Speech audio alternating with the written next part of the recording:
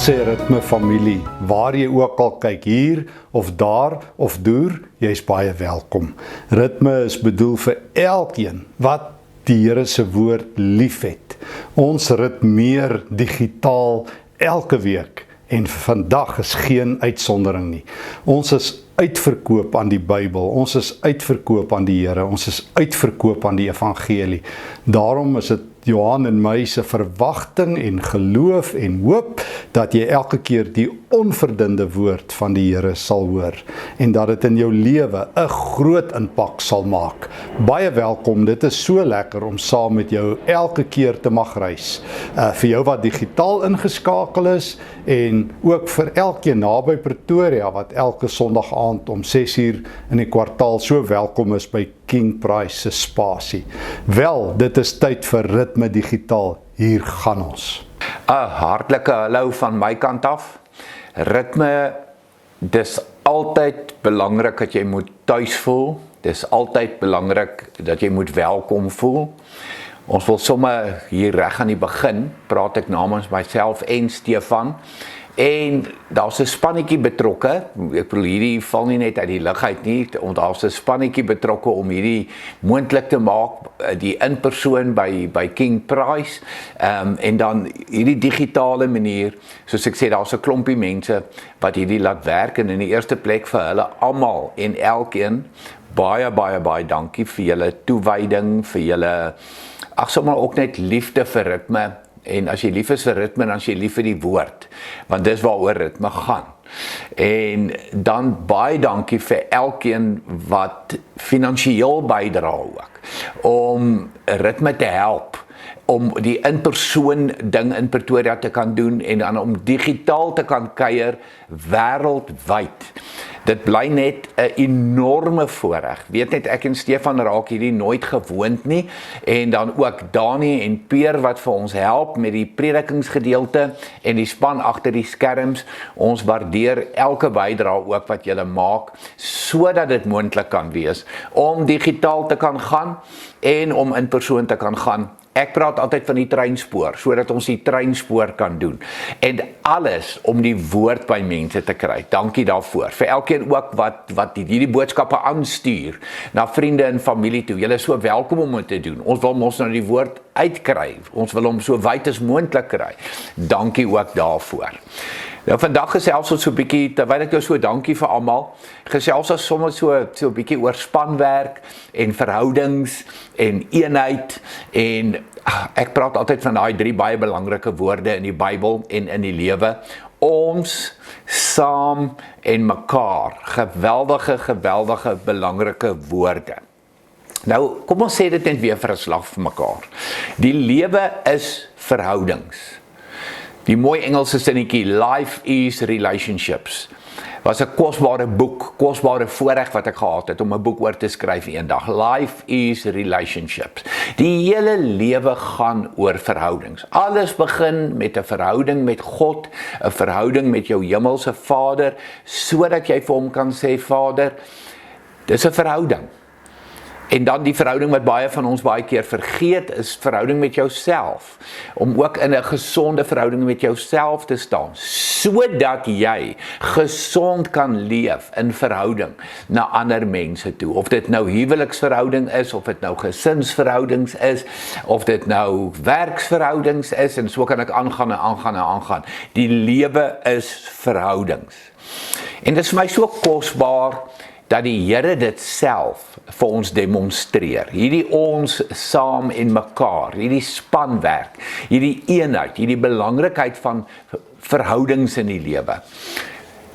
Genesis 1 is bekend daarvoor. God word ons aan ons bekend gestel.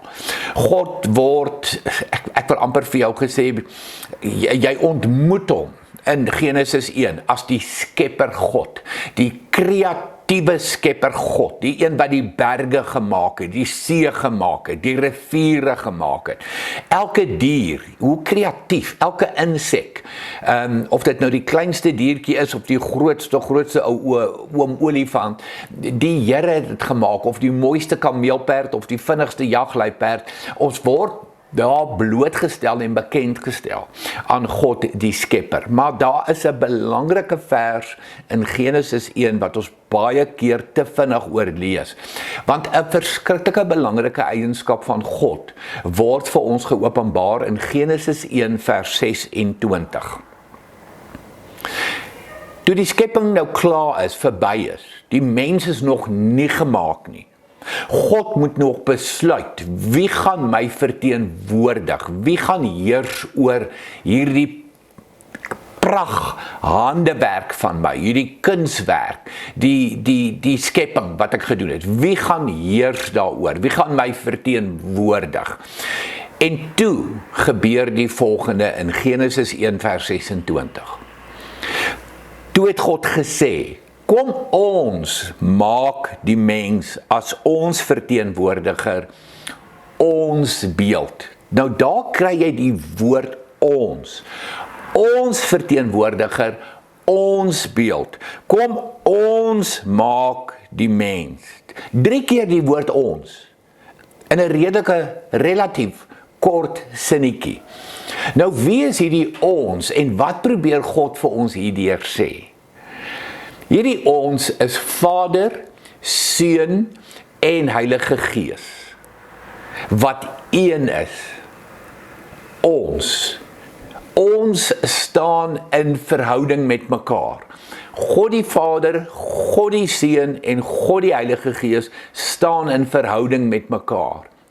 En ons gaan die mens maak na ons beeld. Daarom verkies ek dit baie keer. As mense sê, weet ek is gemaak na die beeld van God, dan sê ek, weet jy, as jy regtig korrek wil praat, lees Genesis 1 vers 26, na ons beeld, na hulle beeld. God in verhouding. Die mens is gemaak vir verhoudings.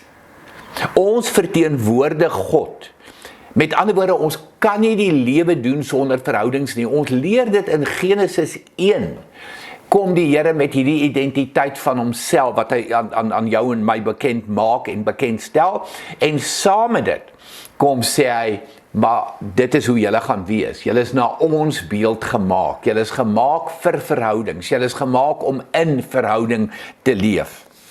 Jesus in die Nuwe Testament. So ek maak nou net 'n groot sprong, net om vir jou te wys dat hierdie is nou nie net God in die Ou Testament nie. Jesus in die Nuwe Testament is op pad kruis toe. En sy laaste gebed, voor sy kruisiging is sy laaste gebed aan sy disippels, die volgende, Johannes 17 vers 21, as jy dit weer wil gaan lees. Johannes 17 vers 21.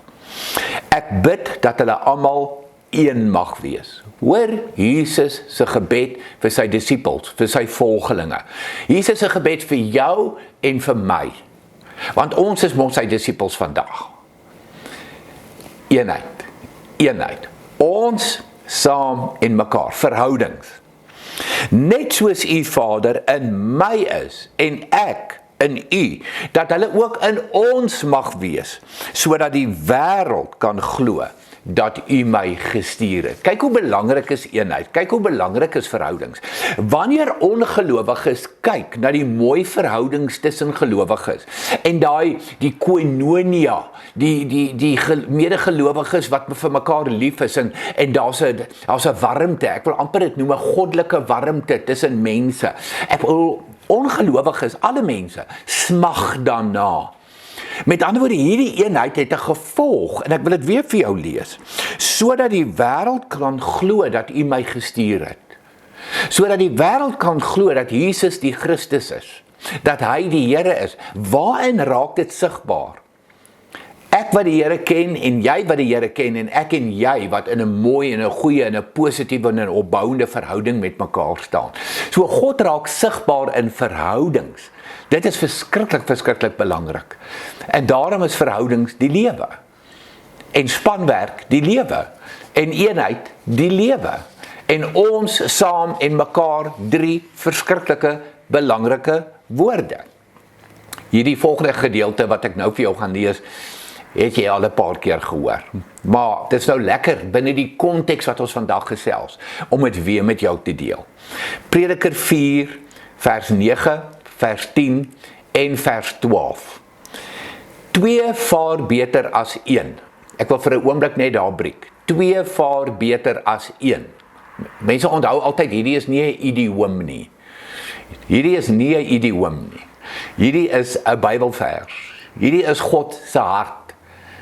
2 vaar beter as 1. So hoe moet ons die lewe doen? Nooit alleen nie. Nooit alleen nie. Ons moet die lewe doen as 'n span, saam met ander mense. Maar kom ons gaan nou verder. Hoekom vaar 2 beter as 1? Hulle inspanning kom tot iets. 2 kry tog meer reg as 1. 'n Span kry meer reg as 'n individu. As die een val, kan die ander hom ophelp. En mense iewers in hierdie stikkende wêreld, gebroke wêreld, val ek en jy. Ons val gereeld. En daarom het ons ander mense nodig. Ek dink sommer in die oomblik aan Paulus se skrifgedeelte in Galasiërs, waar hy sê dra mekaar se laste. Met ander woorde, as iemand sukkel, as iemand swaar kry, dra mekaar se laste. Tel mekaar op. Maar as een val wat alleen is daar niemand om hom op te help nie. Daar is onmiddellik die gevaar van alleen die lewe probeer doen. En hierdie het nou niks te doen met getroud of ongetroud of wat ook al. Hierdie het alles met die manier wat jy die lewe doen. Dis by die werk, dis in die gesin, dis in jou breë familie. Dit is doodgewoon in jou kop en jou hart. Het ek ander mense of het ek ander mense nie nodig nie? Het ek ander mense nodig om my op te help, my te ondersteun?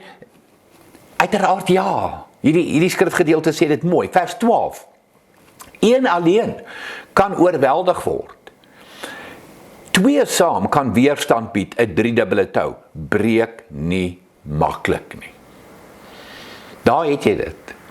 'n Motivering van die Here se kant af, uit sy woord uit, dat ons koppe en ons harte in rad moet kry vir saam die lewe doen, saam met ander, saam met mekaar, en dat ons verhoudings weer prioriteit sal maak in ons lewe. Dit is vir my baie interessant. Ek het die voorreg gehad baie jare terug. Die baie bekende George Barna van die Barna Foundation daar in Amerika. Hy het dit begin, is intussen oorgeneem deur iemand anders, maar hy het die Barna Foundation, een van die bekendste navorsingsinstansies in die wêreld, het George Barna begin. En hy het 'n ding gesê eendag.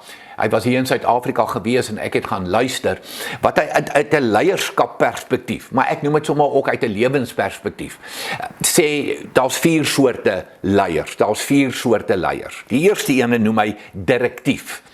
Nou, dit is directive, dit is visionêr, dis die een wat die drome droom, 'n belangrike lid van 'n span. Jy het nie net so 'n mens nodig nie, jy het dit nodig in 'n span. Die tweede ene, strategies, iemand wat strategies kan dink. Ek sê altyd, maklik om 'n droom te hê, maklik om 'n plan te hê, maar hoe kom ek daar? Hoe kom ek by die eindpunt? Hoe maak ek hierdie droom waar? Dis waar strategie inkom. Ek sê altyd, jy het 'n planmakertjie nodig. Jy het iemand nodig wat kan planne maak. Nou, dit is strategies. Dan jy operasioneel. Iemand wat op grondvlak die dinge kan raakvat en kan organiseer en jy ken sulke mense. Ek dink die gesigte en die name spring op by jou. En dan iemand wat sorg vir spanwerk. Weereens, kyk hoe belangrik, as jy 'n goeie span wil hê, 4 goed is belangrik. 4 goed is belangrik. Visionêr, strategies, operasioneel en span, want jy kan dit nie alleen doen nie. So 'n goeie span is ten minste 4 mense. Ten minste 4 mense. En as jy 12 mense in 'n span is, ek dink aan 'n werksituasie, kom ons vat 'n onderwyspersoneel, of ons vat 'n groot kerk wat 'n klomp leraars het, of wat ook al. Nee, elkeen is nie die strategiese een nie. Elkeen is nie die operasionele een nie. Elkeen is nie die visionêre een nie. Nee, ons vul mekaar aan. Dis hoe die lewe werk. En die meeste konflik wat jy kry in byvoorbeeld kerke en in skole en in die sakewêreld en ander instansies, is juis ons gun mekaar nie die ruimte om mekaar aan te vul, om mekaar by te staan en mekaar te help nie. Jy's deel van 'n span. Dis hoe jy die lewe moet doen. Nou wil ek vir jou 'n aanhaling lees van Laurie Beth Jones. Sy's 'n bekende leierskapkonsultant in Amerika. Sy sê, "The important thing is to understand how you are wired and what you came here to do." Wat is jou wiring? Hoe is jy bedraad? Wat is jou sterkpunte, jou swakpunte? Wat is jou gawes? Wat is jou talente? En wat is dit nie? And then realize that you do not have the whole picture. Jy is nie die hele prentjie nie. Ek is nie die hele prentjie nie. Jammer Johan, jammer vir jou Susan, jy is nie die hele prentjie nie. Then you can surround yourself with people who are complementary to you and know how to fill the gaps. Wat vir my hier belangrik is sommer net weer wat in my kop inspring, is Paulus wat praat oor die liggaam. Jy is nie die oor en die neus en die oog en die voet en die hand nie. Jy's een van daai. En daarom het jy al die ander nodig. So jy's nie die whole picture nie, jy's nie die volle prentjie nie. Dis hoogmoed. Dis partykeer grens dit aan narcisme. It's harmful when leaders do not see strengths that others can bring because they think they have it all. Those are dangerous people. Wow, hoor hierdie krag. Is 'n stelling, is 'n kragwoord wat sy gebruik. Dangerous people. Mense wat dink ek het dit alles. Ek is nou eenvoudig net die godswonder in hierdie wêreld. Ek is alles vir almal en ek kan alles vir almal doen. Mense, dis hoogmoed. Dis hoogmoed. Die Bybel leer vir ons anders. Die ons saam in mekaar, die tweevoud beter is een beginsel, leer vir ons anders. Jy is nie die hele prentjie nie, ek is nie die hele prentjie nie. Die Here leer dit vir ons in Genesis 1. Spanwerk, spanwerk. 'n wonderlike Bybelse voorbeeld is Moses. Mense, Moses is geroep deur die Here om die volk uit Egipte uit te lei. Hy is een van die grootste geestelike leiers in die Ou Testament. Dis 'n belangrike werk. Ten spyte van sy spraakgebrek. Dink aan daarin. Ons vergeet baie keer daarin. En wat gaan doen Moses? Hofsaake van die môre tot die aand. Eksodus 18 vers 13. Toe Moses die volgende dag gaan sit om hofsaake te verhoor. Ewe skielik is Moses die regter. Het daar van die oggend af tot die aand toe mense vir hom gestaan en wag. Nou staan hulle in rye, wat ek kan dink 'n hofsaak met 'n regter wat 'n spraakgebrek het, vat baie lank. So en hy sê bekwam om dit te doen nie. Dit is nie sy sterkpunt nie. Maar toe sy skoonpa sien wat Moses alles vir die volk doen, het hy gesê, "Waarom doen jy die volk dit aan?" Sy skoonpa spreek hom aan. "Waarom tree net jy op as regter? En al die mense moet van die môre af tot die aand toe vir jou staan en wag." En Moses verduidelik, en Moses, weet, dit is 'n geestelike sousie wat hy gooi, maar die Here het vir my gesê, en die Here het my geroep. En sy skoonpa sê vir hom, "Jy maak nie reg nie." Dis Eksodus 18 vers 17 en 18. "Jy maak nie reg nie, Moses. Jy is nie die total picture nie, jy's nie die whole picture nie, jy's nie die total package nie. Tweevoud beter is een, jy het ander nodig om jou te help. Raak nederig genoeg. Spanwerk vra nederigheid. Ja, ek het sterkpunte, maar weet jy, ander mense het ook sterkpunte, kom ons gee erkenning daaraan. Ek het tekortkominge, so ek het mense nodig wat my kan aanvul, sodat ons hierdie doelwit vinniger en beter en effektiewer kan bereik. Groot stuk nederigheid wat dit vra van jou en van my. Moses se skoonpa weer. Jy en al hierdie mense by jou sal totaal uitgeput raak. Eintlik sê sy skoonpa vir hom, jy gaan uitbrand. Jy gaan uitbrand. Dis mos die siekte van ons tyd, is uitbranding. Gaan dink bietjie daaroor. In baie mense se lewens wat uitbrand. Hoeveel daarvan het te doen met hulle werk nie in spanne nie. Hulle doen alles self. Hulle kan nie delegeer nie. Hulle dink hulle is die whole picture. Moses se skoonpa, die werk is te veel vir jou. Jy kan dit nie alleen behartig nie. Want, kom ek spring terug na Prediker toe, 2 vaar beter as 1. Want, in Genesis 1 het die Here gesê, om ons maak die mens as ons verteenwoordiger, na ons beeld, wat beteken in verhouding, spanwerk, eenheid, ons saam mekaar. Kom ek lees jou die volgende aanhaling, pragtig. A true leader should value their relationships with team members above their leadership status. Mense in hierdie wêreld is ons so statusbewus, en ek dink tog al hierdie gebrek aan eenheid en spanwerk het baie daarmee te doen. Ek kan alles doen. Ek kan hierdie alleen doen. Ek het nie ander nodig nie. So daar's gedurig konflik. My mening, my opinie. Oho. Nee. Hoor weer die hoogmoed. Hoor weer die hoogmoed. Wat van ander se opinies? Wat van ander se menings? Wat dalk anders is as joune, maar dalk beter. Dalk lei dit tot groter effektiwiteit. Hoekom? Hulle is dalk nie direktief nie, maar hulle is operasioneel goed, of strategies goed, of doodgewoon goed met spanwerk. En so vul ons mekaar aan. So, ek gaan hierdie weer lees. A true leader should value their relationships. Bo hulle status. When your team members feel valued on an individual level, they feel more motivated because they know their work is appreciated. Gee waardering vir ander mense. Weer, hoekom? Ek het jou nodig. Ek die oor, byvoorbeeld, het die oog nodig. Ek die voet, byvoorbeeld, het die hand nodig. En so kan ek aangaan. En weer, hierdie spanwerk, vra nederigheid van jou en van my. Goeie verhoudings, waar ook al in die lewe, op watter terrein in die lewe, vra nederigheid. Ek het nie dit alles niks, nie die total package nie. Ek wil afsluit. Hoe het Jesus sy disippels uitgestuur?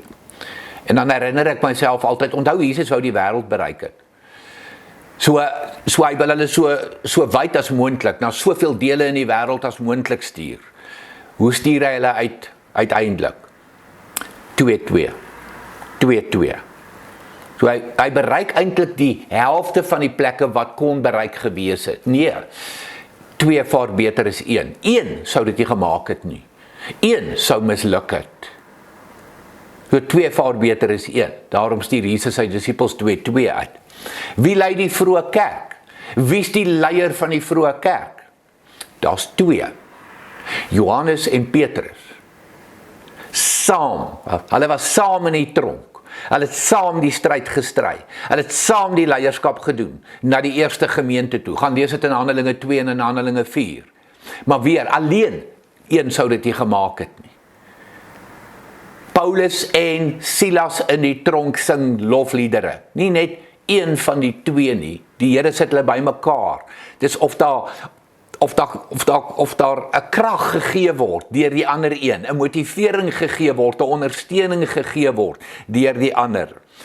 En hierdie magtige Paulus wat ek en jy van lees, met al sy sendingreise wat hy op was nooit alleen nie. Nooit. Hy het altyd mense saamgevat. So kom ons leer 'n stuk nederigheid in verhoudings. Kom ons leer 'n stuk nederigheid in spanwerk. En kom ons gaan leef dit. Ons doen die lewe nie alleen nie, kry jou kop en jou hart reg. En ons erken, ons is nie die whole package of die total package nie. Ons het ander mense nodig in ons lewe en ons raak nederig genoeg. En ons doen 'n span en ons gaan soveel meer effektief wees, veral in die koninkryk, veral in God se koninkryk. Kom ek bid daarvoor. Here, help ons om leeg te raak van onsself, minder te raak in onsself. Here, ons kom kies vir verhoudings, ons kom kies vir goeie verhoudings met mense. Of dit nou is in ons gesinne, families, werksituasies, vriendekringe, waar ook al. Here, maak ons een. Mag die woorde ons saam en mekaar weer galm in ons ore, ons geestesore, elke dag. Heilige Gees, ons nooi U, kom herinner ons gereeld hieraan. Amen. Wat 'n uitdaging, wat 'n heerlike uitdaging vir jou en vir my. Kom, ons gaan leef dit. Ek vertrou jy het die boodskap net soveel geniet soos ek. Dit was opbouend, dit was die Here se woord onverdund. As jy wil betrokke raak by Ritme bediening, jy is so welkom en jy sien die skakels vir die finansiële bydraes. Baie dankie ook dat jy hierdie bediening ondersteun. Jy is ook welkom om Ritme Digitaal op ons verskillende sosiale media platforms te volg, om hierdie boodskap verder te versprei en om weer daarna te luister. Mag jy 'n lekker en geseënde week beleef.